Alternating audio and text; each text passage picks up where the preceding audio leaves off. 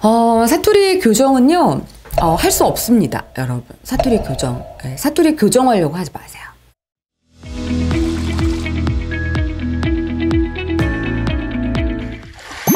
목소리가 너무 크고 딱딱하다, 이렇게 이제 하셨는데, 목소리가 작은 것보다는 훨씬 이점이 있는 것 같아요. 목소리 크다는 거는 그만큼 잘 들린다라는 걸 수 있으니까요. 근데 목소리가 크면서 톤이 높으면 문제가 돼요.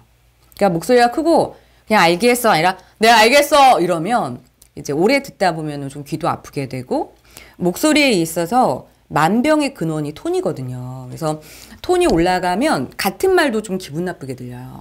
예. 그래서 뭐 집이 너무 지저분하다 뭐 이러면 집이 좀 깨끗했으면 좋겠어 이거랑 야 집이 좀 깨끗했으면 좋겠어 좀 다르죠. 네. 회사에서도 이 일은 이렇게 처리했으면 좋겠어 이거랑 이 일은 이렇게 처리해야지 좀 달라요. 그래서 이 톤에 따라서 뉘앙스가 좀 많이 달라지거든요. 그래서 내가 좀 목소리가 크다 그러면 좀 한 톤을 내려서, 그러니까 아가 아니라 이렇게. 그래서 평상시에 말을 할 때 내가 내 톤이 높다는 걸 모르거든요, 사람들은. 그래서 아니다 이렇게 말하면 안 되지. 알겠어 이렇게 한 톤을 깎아서 하는 훈련을 해보시고요.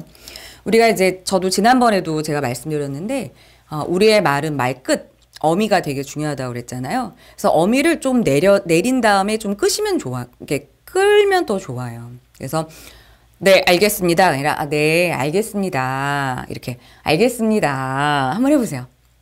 알겠습니다. 예, 이렇게 내리고 끌면 훨씬 더 좀 친근감 있고 좀 편안한 느낌으로 얘기하실 수 있어요. 그래서 좀 목소리에 힘을 좀 빼는 게 좋을 것 같습니다.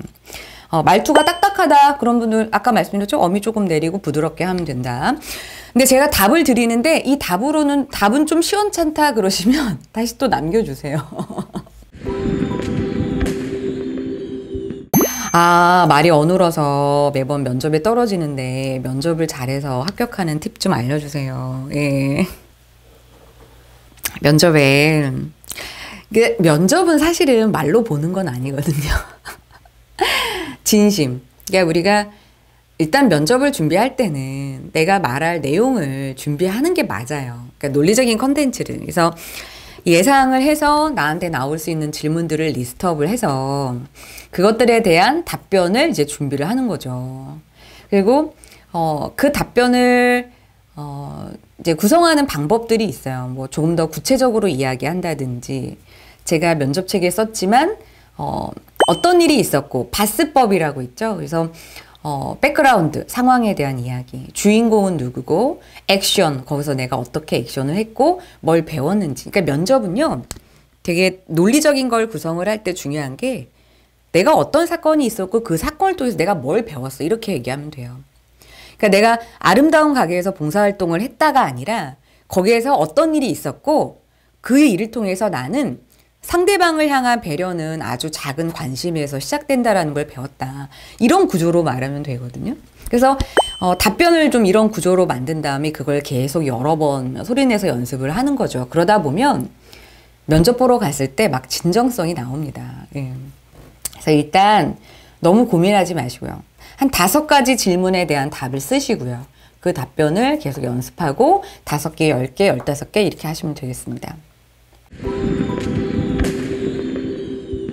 살아가면서 하여튼 말을 잘하면 정말 도움이 많이 되는 것 같아요. 뭐 말을 잘해야 뭐 성공한다 저는 그렇게 생각하지는 않거든요. 말만 잘하면 뭐 하겠어요. 근데 어떤 직업에 갔든 말을 잘하면 훨씬 더 누군가를 잘 설득할 수 있다. 근데 스피치에서 가장 중요한 게 뭐냐라고 저는 꼽으면 공감이라고 생각해요. 공감. 네, 그 사람의 마음을 아는 것. 네, 그 사람이 어떤 의도에서 어떤 마음에서 이런 얘기를 하는가. 저랑 그 수업을 했던 한 회원분이 오늘 들어오셨는지 모르겠는데 그 대전에서 역전우동 미정국수를 하세요. 근데 그분이 좀 말 더듬도 좀 있으시고 말할 때 조금 어려워 하셨거든요. 근데 특히나 이게 손님들이 왔을 때 손님들이 화를 내거나 좀 톤을 높여서 얘기하면 더 이렇게 경직이 되시는 거예요. 그래서 그럴 땐 내가 어떻게 해야 될 줄 모르겠다고 손님이 나한테 막 화를 냈을 때. 그래서 선생님 저랑 이제 수업도 하시고 우리 감정대화 배웠잖아요. 그 사람이 화를 내는 게 나 때문이 아닐 수 있어요. 네? 그러시더라고요. 그 사람 안에 분노나 화가 막 너무 많아서 그걸 나한테 풀 수도 있는 거죠. 우리 그런 말도 있잖아. 뭐 종로 가서 뺨 맞고 뭐 한강 가서 푼다. 뭐 이런 말도 있잖아요. 그 사람 안에 화가 많은 거니까 그 사람이 나한테 화를 낸다고 해서 내가 그 사람한테 왜 저한테 이러는 거예요? 나가세요. 이렇게 화를 내지 말고 또 움츠러들지 말고 미안합니다 하지 말고 뭐가 많이 불편하셨어요? 라고 웃으면서 그 사람의 마음을 살살살살 달래주면 더 좋다. 그 사람 마음 안에 분노라든가 화가 가득 차 있는 그 사람이 얼마나 치근하냐. 네. 치근지심이 필요하다. 네. 나도 내 부하가 나지만 부하를 표현한다고 해서 둘의 관계가 풀리거나 문제가 없어지진 않거든요. 그러니까 치근하게 바라보면 된다. 그래서 우리 주변에 나를 진짜 막 힘들게 하는 사람 있잖아요. 그러면 조금 저 사람 마음 안에 이렇게 화가 많아서 그런 거구나, 치근하다 이렇게 한번 생각해 보시면 훨씬 더 좋을 것 같습니다. 사투리 교정, 사투리 교정. 와, 사투리 교정. 사투리 교정은요, 할 수 없습니다, 여러분. 사투리 교정. 네, 사투리 교정하려고 하지 마세요. 네, 그리고 저는 사투리, 제가 어떤 분이 고향이 대전이에요 라고 하셨는데, 대전 맞고요. 저는 집에 가면 사투리를 쓴답니다. 네. 밥 먹은겨? 뭐 할겨?